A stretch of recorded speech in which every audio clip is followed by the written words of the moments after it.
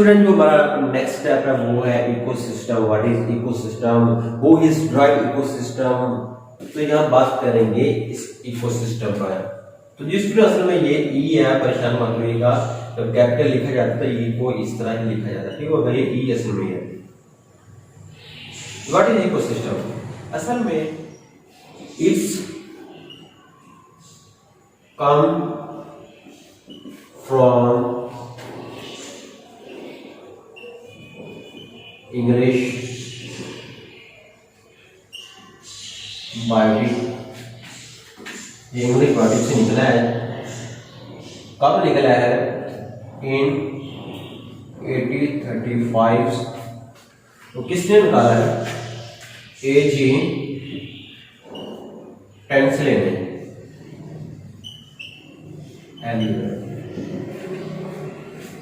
एक साइंटिस्ट है A.G. Tansley, जिसने इंग्लिश बायोटिक जो लैंग्वेज है उसमें से निकाला है। कब? 1835 में उसने इकोसिस्टम को ड्राइव किया है।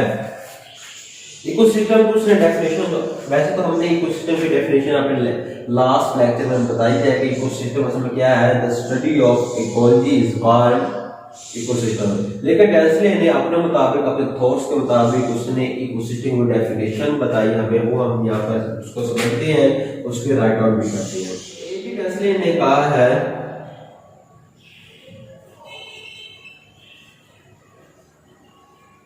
ecosystem is the structure and functional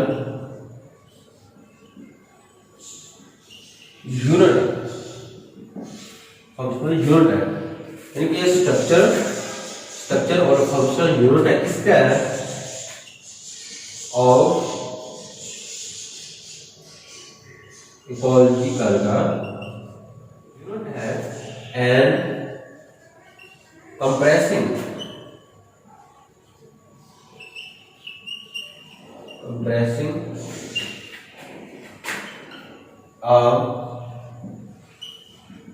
interaction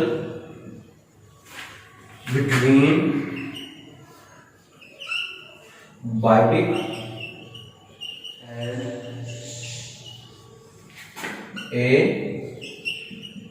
abiotic। तो ये जो A.G. टेंसले ने अपना कॉन्सेप्ट दिया है, ये A.G. टेंसले ने अपना कॉन्सेप्ट दिया है कि ecosystem is the structure form है, यानी कि शेप है, प्रोग्राम है, यूनिट है, इसका यूनिट है, एक हिस्सा है। यूनिट मतलब होता है हिस्सा, इसका हिस्सा इकोलॉजी का जिसे हम इकोलॉजिकल भी कहते हैं, इकोलॉजी का हिस्सा है, एंड कंप्रेसिंग एंड इंटरेक्शन और रिलेशनशिप है बिटवीन इनके दरमियान रिलेशनशिप है बिटवीन बायोटिक और एंड एबायोटिक। ठीक हो गया।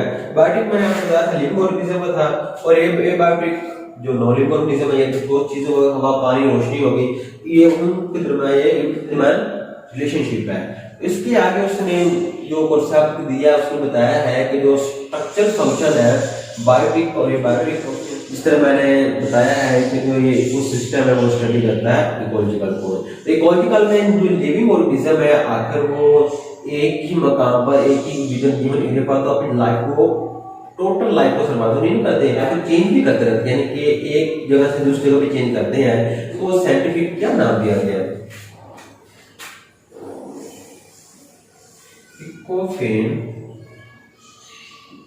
अब इकोफेन क्या होता है? जैसे कि हम अक्सर गर्मियों में जब हम मरी चले जाएं या कहीं और चले जाए, ठंडे इलाके में चले जाए, तो हम क्या करते हैं, जो वहाँ के मशरूबात होते हैं, जो वहाँ का रहन सहन होता है, जो वहाँ पर चीज़ें इस्तेमाल होती हैं, हम उसके मुताबिक चंद दिनों के लिए या चंद हफ्तों के लिए या चंद वीक के लिए हम वहाँ के जो रहन सहन है हम उसे अपना लेते हैं। हम उसे परमानेंट तो ना अडॉप्ट करते हैं, हम उसे बस टेम्परेरी से कहते हैं या प्राइमरी कहते हैं, उसे अडॉप्ट कर लेते हैं।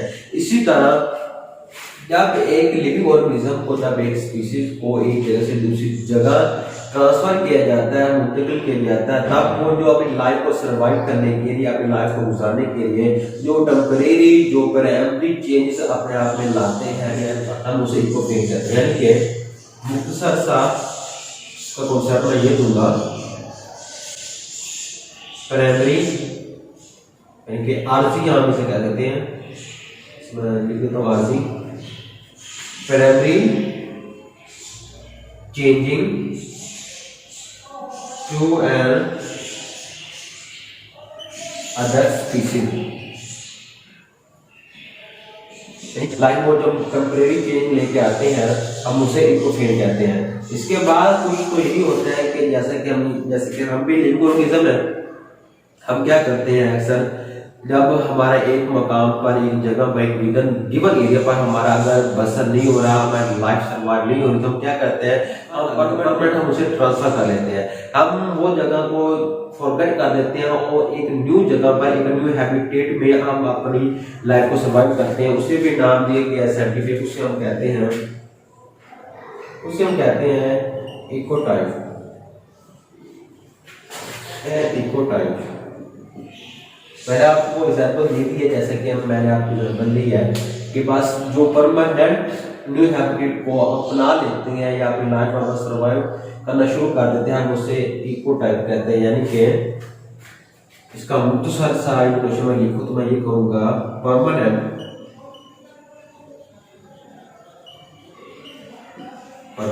adopted a new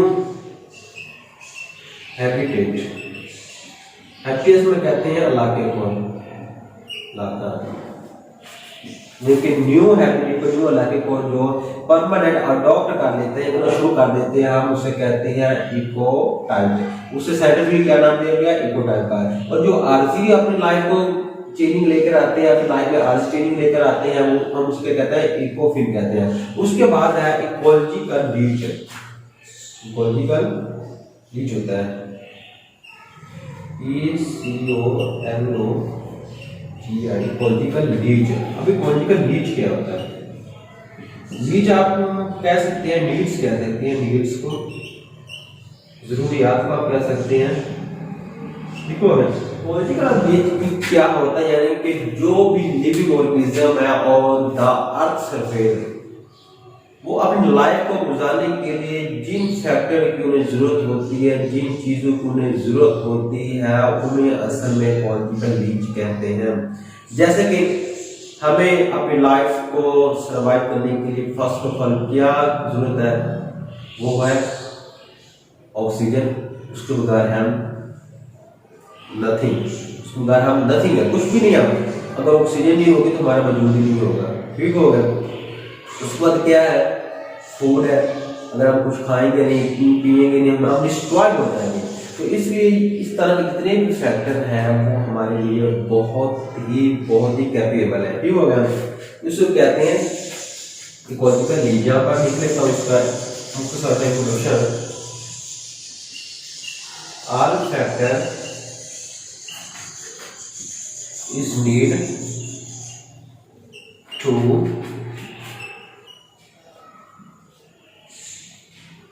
survive living organism।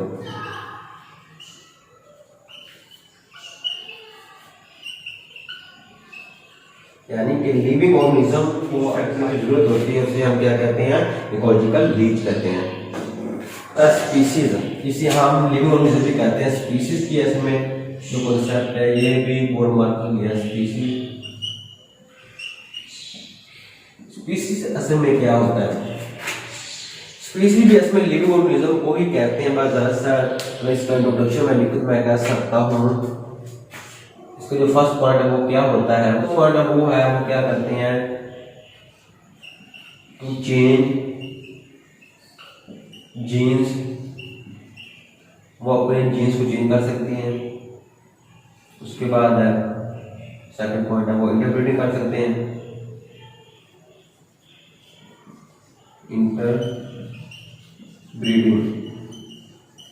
वो इंटरब्रीडिंग कर सकते हैं। और जो थर्ड पॉइंट है वो है ग्रुप ऑफ लिविंग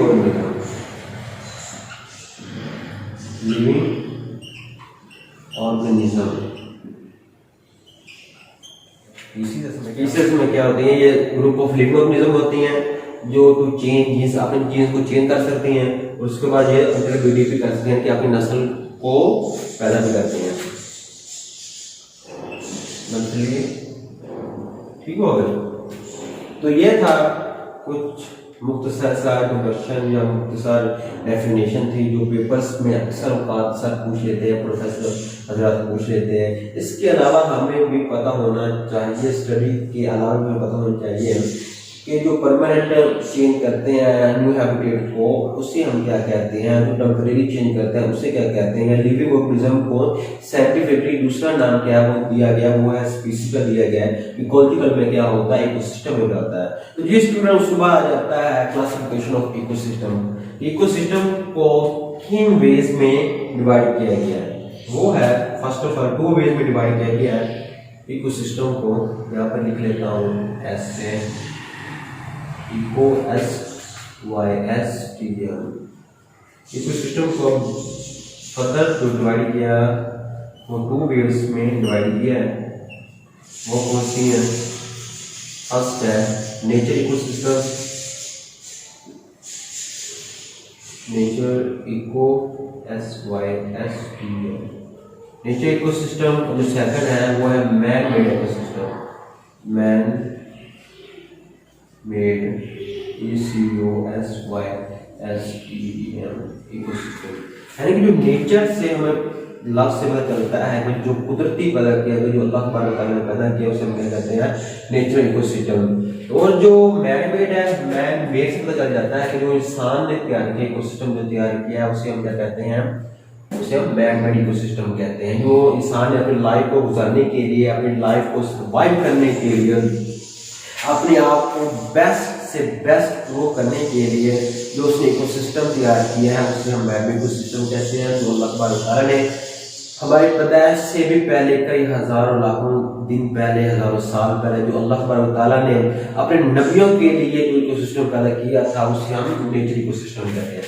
अगर और नेचर इकोसिस्टम को फर्दर डिवाइड किया गया है, यानी कि और भी वेव्स में तकसीम किया गया है, वो कौन कौन सी है? वो है इक्वेटिक इकोसिस्टम, और दूसरा है terrestrial ecosystem, TERRESTRIA terrestrial ecosystem दूसरा है। ठीक हो गया। ये क्यू है, इसमें खत्म हो गया इसलिए आपको नजर नहीं आ रहा इसी तरह इकोसिस्टम। अब इक्वेटिक इकोसिस्टम में क्या होता है और टेरेस्ट्रियल इकोसिस्टम में क्या होता है? इक्वेटिक सिस्टम में इसमें क्या होता है, ऑल वाटर होता है, ऑल वाटर ऑन अर्थ। तो जबकि टेरेस्ट्रियल में क्या होता है, लैंड्स होते हैं, लैंड्स, माउंटेन वगैरह वो सब टेरेस्ट्रियल इकोसिस्टम कहते हैं। उसके बाद इक्वेटिक इकोसिस्टम को फर्दर डिवाइड किया गया है, क्लासिफिकेशन की गई है, उसकी 2 क्लासिफिकेशन की गई है। वो है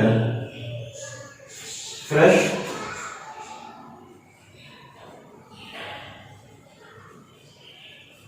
वाटर इकोसिस्टम और मैरीन वाटर इकोसिस्टम। तो पीने के ताल्लुक से हम क्या कहते हैं, फ्रेश वाटर इकोसिस्टम कहते हैं। जबकि जो मैरीन वाटर जो दरियाओं में है, जो नमकीन वाटर, से हम मैरीन इकोसिस्टम कहते हैं। उसके बाद आता है फ्रेश वाटर को भी फर्दर डिवाइड किया गया, उसकी फर्दर 2 क्लासिफिकेशन है। फ्रेश वाटर को भी मजीद तकसीम किया गया है 2 वेज में। वो कौन सी है?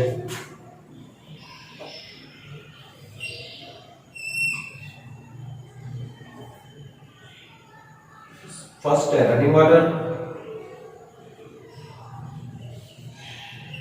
And stand water. इसकी अगर एग्जाम्पल दो, रनिंग वाटर वो होता है जो फास्ट होता है, और स्टैंड जो और एहतमाम के साथ होता है। रनिंग वाटर में आ जाता है एक रिवर, ये वाटर होते हैं। जबकि स्टैंड वाटर में जो हमारे स्विमिंग पूल होते हैं, स्विमिंग पूल में जो वाटर होता है उसे हम क्या कहते हैं, स्टैंड वाटर। तो ये थी असल में first of all two classification ecosystem थी, नेचर इकोसिस्टम और मैन-मेड इकोसिस्टम, इंसान ने बनाया है।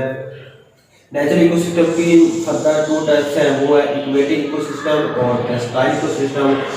इक्वेटिक इकोसिस्टम में ऑल वाटर होता है ऑन द अर्थ सरफेस पर, एक टेरेस्ट्रियल इकोसिस्टम में जो तमाम लेयर्स हैं हमारे होंगे वो उनमें शामिल होता है। उसको आया था इक्वेटिक इकोसिस्टम को फर्दर टू टाइप्स में डिवाइड किया गया है, फ्रेश वाटर इकोसिस्टम और मैरीन वाटर इकोसिस्टम। यहाँ पर मैं लिख लेता हूँ अगर आपको नजर नहीं आ रहा क्यों है। मैरीन वाटर जो समुद्र वगैरह में होता है, जो नमकीन वाटर होता है उसे हम कहते हैं, जब फ्रेश वाटर जो हम पीते हैं, जो पीने के काबिल होता है उसे हम फ्रेश वाटर इकोसिस्टम कहते हैं। उसके बाद रनिंग वाटर, स्टॉक वाटर, यानी कि फ्रेश वाटर को फर्दर डिवाइड किया गया, उसको फर्दर की क्लासिफिकेशन की गई है, वो है running water and stand water. जो रनिंग वाटर होता है वो ज्यादातर लेक और रिवर्स में होता है, समुद्रों में होता है, सी में होता है, या फिर कहते हैं समुद्र में होता है, समुद्र में होता है। वाटर है वो हमारे जो स्विमिंग पूल में होता है उसे हम स्टैंड वाटर कहते हैं। तो ये थी असल में in short classification of ecosystem की। तो इसके बाद आ जाते हैं स्ट्रक्चर इकोसिस्टम क्या है, बायोटिक में क्या है, और स्ट्रक्चर इकोसिस्टम एबायोटिक में क्या है।